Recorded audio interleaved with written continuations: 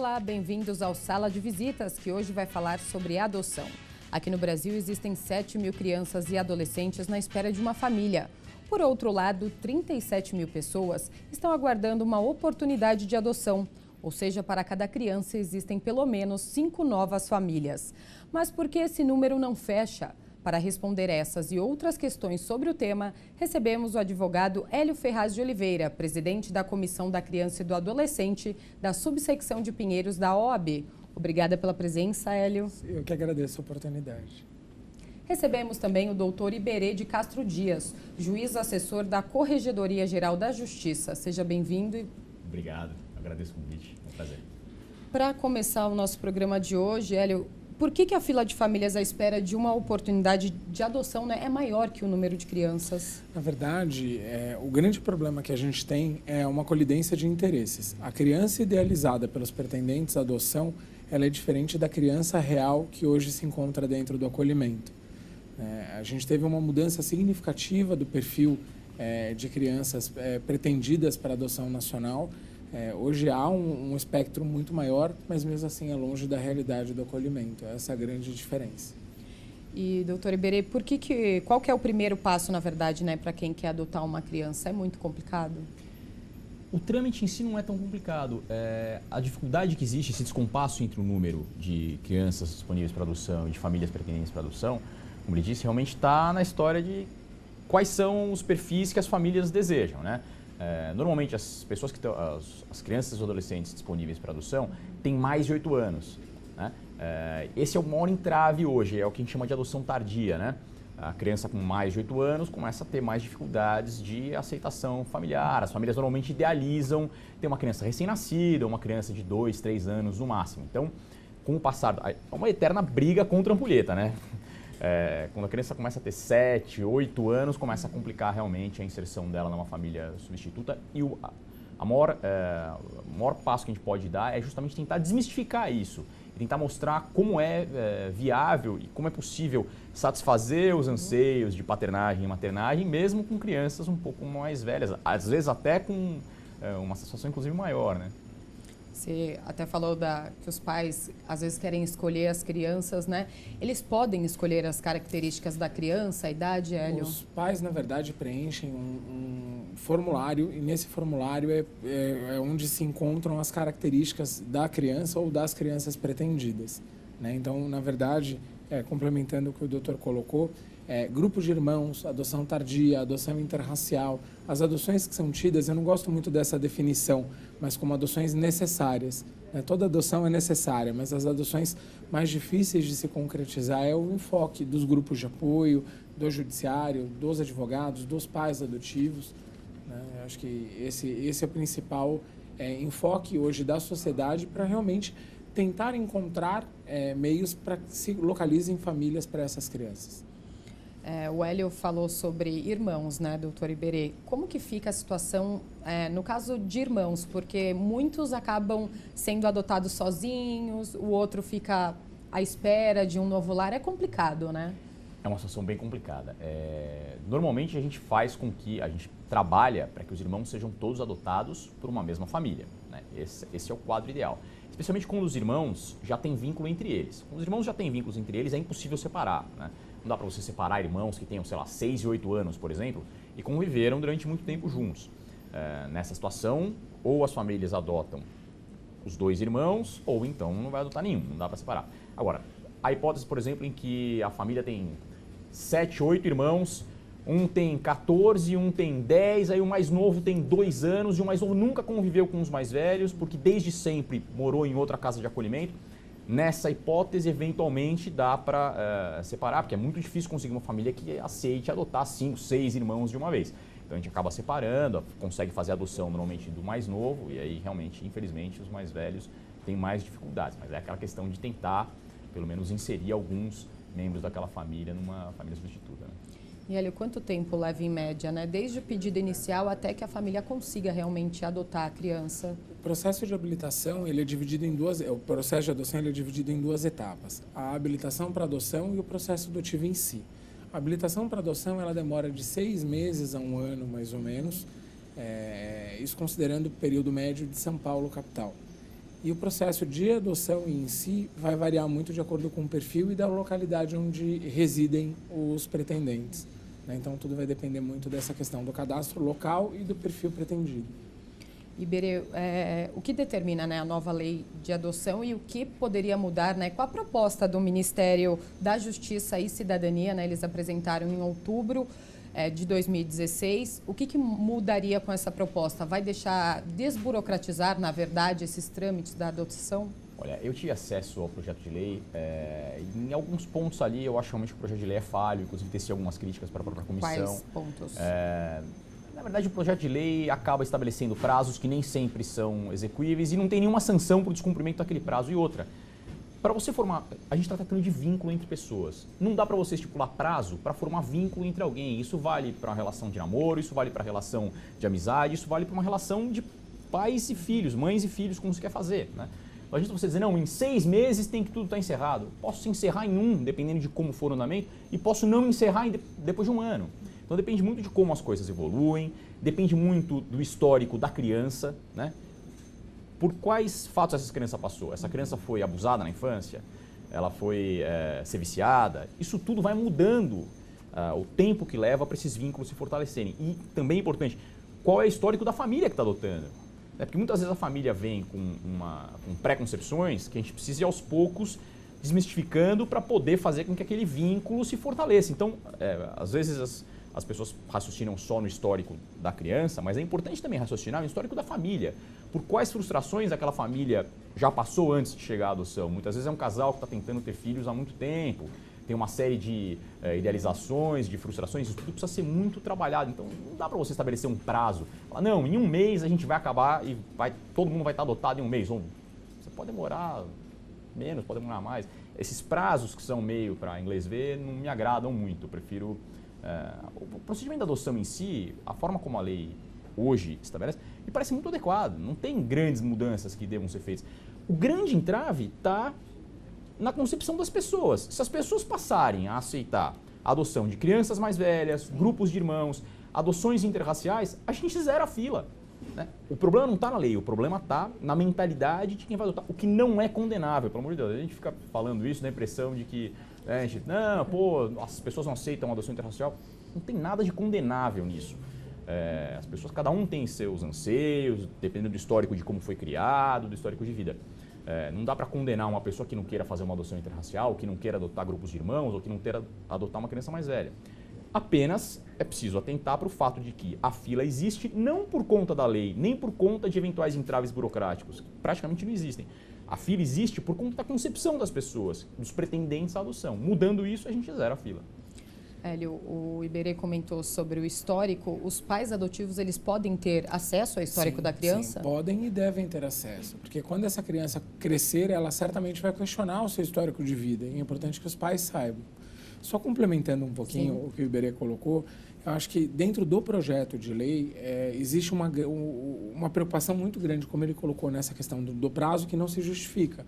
Estabelecer um período máximo de 4 meses para a realização de um processo adotivo descomplicar algo que, na verdade, muitas das vezes, se um recurso for interposto, esse prazo já não se cumpre. Então, é realmente colocar o prazo para que o inglês veja mesmo, porque, infelizmente, não vai ser exequível. E o que eu percebi do projeto de lei é que, assim, muito claramente, ele foi escrito por várias mãos. Então, ele apresenta uma série de inversões de concepção que trazem uma série de problemas numa eventual aplicação dessa norma como um todo. Então, por exemplo, estabelece-se a possibilidade da entrega direta. Então, a mãe biológica pode entregar o filho para quem ela realmente tenha certeza e laços de afinidade e afeto. Só que, ao mesmo tempo, ele estabelece que a entrega só pode acontecer a partir dos 6 anos. Então, assim, a mãe só pode fazer a entrega de um filho com 6 anos de idade. São questões muito contraditórias e que não fazem sentido. Eu acho que o legislador pecou, né? Na verdade, o propositor dessa norma errou e errou bastante. Quando a gente fala no tempo da adoção, eu acho que tem 2 grandes entraves. O primeiro, como eu disse, é o perfil, como a gente estava tratando aqui, né? O perfil das pessoas que escolhem. Se você quiser, hoje a maior fila que existe no Brasil é recém-nascida, menina, né? Branca, de até 6 meses. Sem irmãos. Sem irmãos, exatamente. Dependendo da situação, a pessoa vai esperar 8 anos, 10 anos, dependendo da cidade em que ela está, para ter uma criança desse perfil. Ao passo que tem crianças de 6, 7, 8 anos que estão disponíveis para adoção imediata. De novo, a família tem todo o direito de escolher, isso não é condenável. Apenas saiba que fazendo essa escolha vai demorar de 8 a 10 anos, enquanto há crianças ali que podem ser adotadas de pronto. Outro entrave que existe, e aí realmente é um entrave processual, diz respeito à destituição do poder familiar. Isso às vezes realmente demora. Às vezes a criança ainda está vinculada ao pai ou à mãe e antes de a gente entregar essa criança para uma outra família, a gente precisa cortar esse vínculo do pai ou da mãe biológicos, né? Isso realmente às vezes demora, porque às vezes os pais não estão em um lugar conhecido, a gente demora para conseguir achar os pais, para poder citá-los para o processo. A demora não está no processo da adoção em si, está no processo da destituição do poder familiar e às vezes eles realmente estão relacionados. Mas esses são os dois entraves. Não adianta a lei querer mexer para resolver um problema que não existe. Ela está querendo resolver um problema que não foi criado. Então a gente precisa tomar cuidado com essas propostas legislativas que vêm dizendo que vão solucionar questões que na verdade já estão resolvidas. Ela precisa prestar atenção em outros pontos desse procedimento da adoção. Iberê, infelizmente esse bloco do programa está chegando ao fim. Você quer deixar algum contato para quem tiver alguma dúvida mesmo sobre adoção? Quem quiser conversar, meu e-mail no Tribunal de Justiça é iberedias, tudo junto, @tjsp.jus.br. Iberê, muito obrigada pela participação. O Hélio continua aqui com a gente. O Hélio tem uma história para contar, a história de vida dele também. Vamos fazer um rápido intervalo e daqui a pouco voltamos com mais Sala de Visitas. Até já!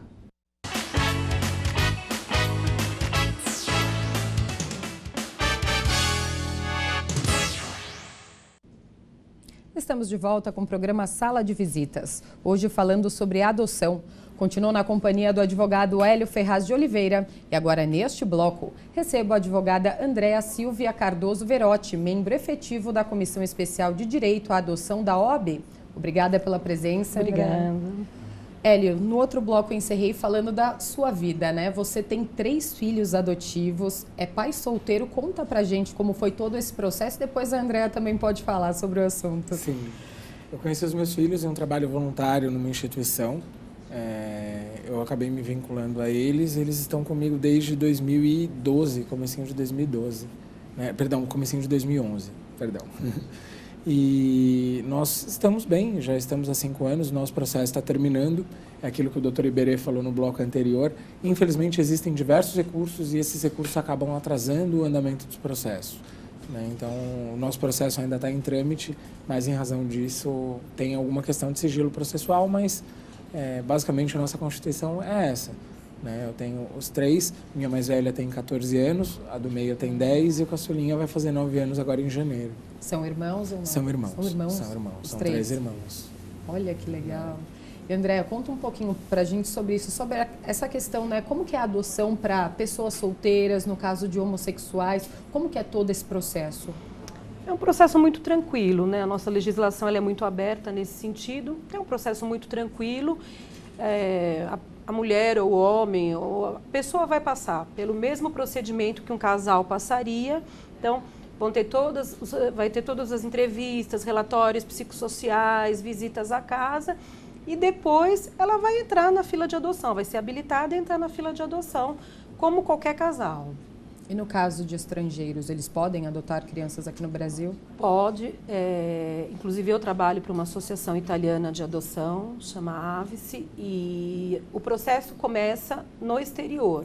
Porém, para ele chegar aqui no Brasil, as nossas associações são cadastradas e são credenciadas. Então, eu brinco, eu falo que todo tempo tem ou a Polícia Federal atrás da gente, ou tá a Autoridade Central Administrativa Federal, que é vinculada à Secretaria de Direitos Humanos, também estão lá olhando o que nós estamos fazendo, mas é possível.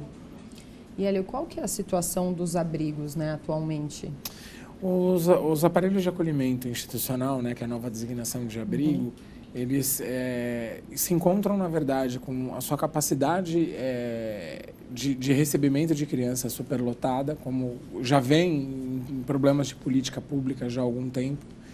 Eles se encontram hoje, na verdade, sucateados, infelizmente. Há, na verdade, uma necessidade de alteração de políticas públicas, né? Muito se pensa e muito se alterou. Em 89, com a promulgação do Estatuto da Criança e do Adolescente, mudaram o nome de orfanato para abrigo, mas mantiveram a mesma política. Agora, em 2013, houve uma mudança de abrigos para aparelhos de acolhimento institucional. Mas, novamente, mudou-se a nomenclatura, porém a política permanece a mesma. Então, infelizmente, enquanto não houver uma mudança radical da política pública, pouca coisa vai ser efetiva. Né? Existem algumas alternativas ao acolhimento institucional que têm que ser levadas em consideração. O acolhimento familiar, que seria o próprio objetivo da criança protegida, mas inserida dentro de um núcleo familiar, tem que ser levado em consideração, porque ele traz inúmeras vantagens para essa criança. Né? Existem estudos que comprovam que a criança na primeira infância, para cada mês dentro do acolhimento institucional, ela deixa de evoluir o correspondente a 15 dias. Então, ela apresenta um retrocesso de metade do que ela poderia ter evoluído. Isso é algo que tem que ser levado em consideração. E, Andréa, muitas crianças que estão nos abrigos, elas têm vínculo com os pais biológicos ainda? Algumas têm, aliás, acho que a grande maioria tem, porque não resolve a situação jurídica da criança, mas também fica aquela situação que os pais, depois de um tempo, param de visitar. Se eles têm problema com droga, eles acabam usando até o dinheiro que é dado para fazer essa visita para a droga e eles vão se distanciando. Aí chega uma hora que a própria criança ela perde o vínculo com aquela família. Agora também tem famílias que não, que elas se reestruturam, assim como eu e o doutor Hélio já vimos, e elas conseguem retirar as crianças do abrigo, resgatar a sua criança. Você falou sobre a questão do dinheiro, explica como funciona isso. Esses pais que acabam deixando nos abrigos, eles recebem algum valor? Como que funciona? Geralmente, assim, eles têm umas ajudas, né? Então, eles procuram o CREAS, o CRAS, para receber alguma ajuda, para não perder o contato com a criança. Para poder visitar. Para poder visitá-los. Muitas vezes, o que acontece? A família, às vezes, está precisando ter um apoio do CRAS ou do CREAS para continuar, para tentar não abrigar a própria criança. Às vezes dá certo, às vezes não. E tem muitos casos de pais que deixam os filhos mesmo para adoção, Hélio? Existe um estudo de uma psicóloga aqui de São Paulo, chamada Maria Antonieta Pisano Mota, que inclusive se transformou num livro chamado Mães Abandonadas, que é um livro que faz justamente essa abordagem, que muitas das vezes a entrega de um filho à adoção pode ser um ato de amor. Então, muitas das vezes, e no dia a dia a gente acaba vendo isso bastante nos fóruns, a entrega acontece realmente como um ato de amor. A mãe não tem condição, não tem o desejo de exercer a maternidade, mas ela sabe que essa criança tem o direito à vida. Né? A gente vem de recente decisão do Supremo Tribunal Federal que legaliza o aborto, falando que a criança no primeiro trimestre não teria o direito à vida. E para a gente que milita nessa área da adoção e que a gente sabe o quanto um filho é aguardado e desejado, para tantos pretendentes que se encontram nas filas e angustiados, é uma verdadeira aberração. Né? Não querendo entrar no mérito de um programa, que daria um programa inteiro sobre isso, mas eu acho que é importante a gente levar isso em consideração, né? E entender qual que é o valor da vida, porque para aquilo que algumas pessoas veem como um problema, para muitos é algo muito esperado e muito sofrido. E nesses casos, quando a criança é adotada, os pais, vocês já conheceram algum caso dos pais adotivos continuarem deixando a criança ter o vínculo com os pais biológicos?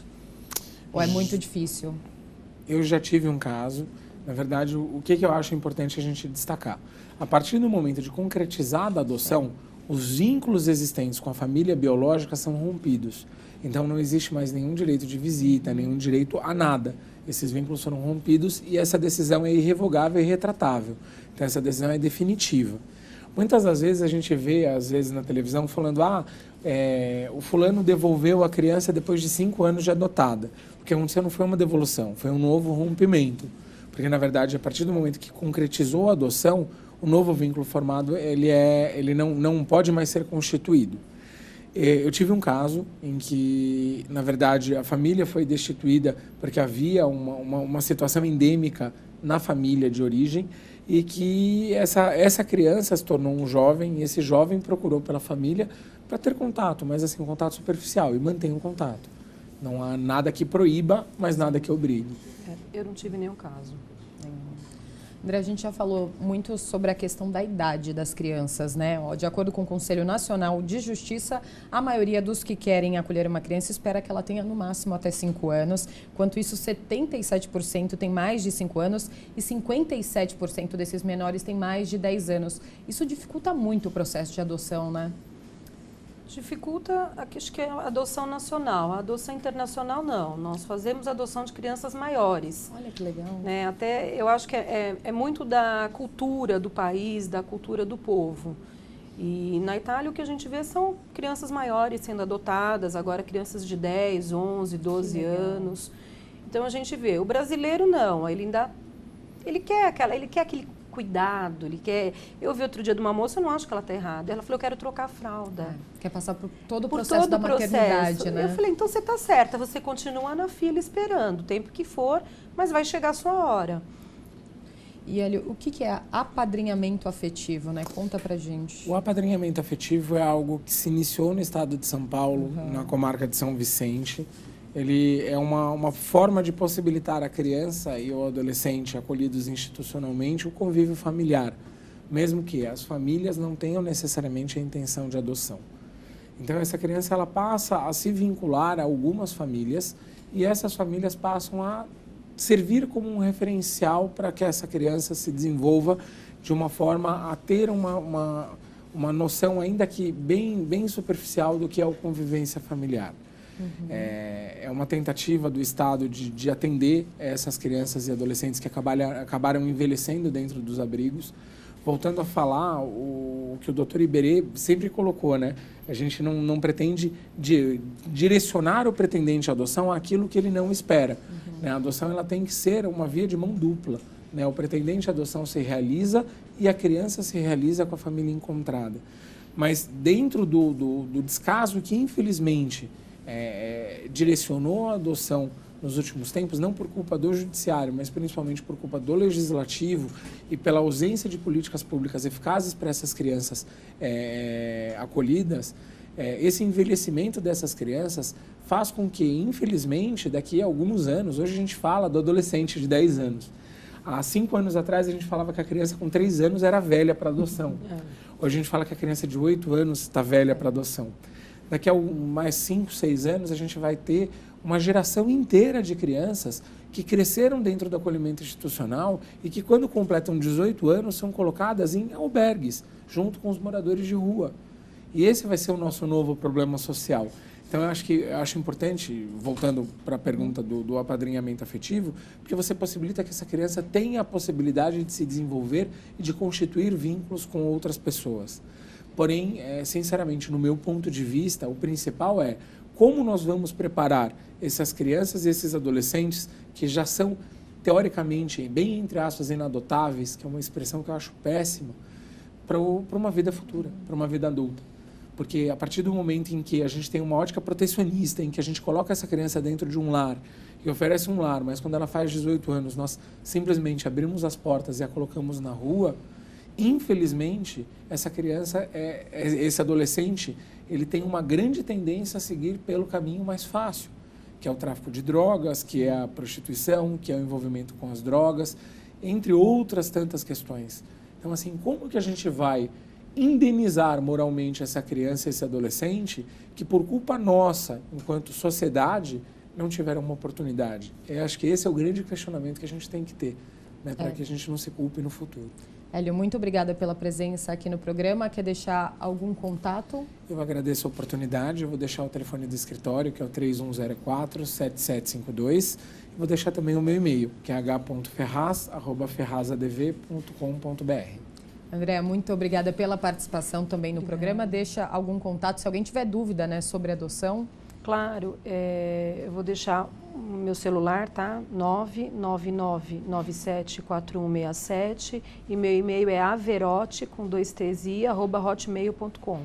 Muito obrigada pela participação de vocês e obrigada a você que nos acompanhou em mais uma edição do Sala de Visitas. Até o próximo programa. TV Câmara São Paulo, informação para a cidadania.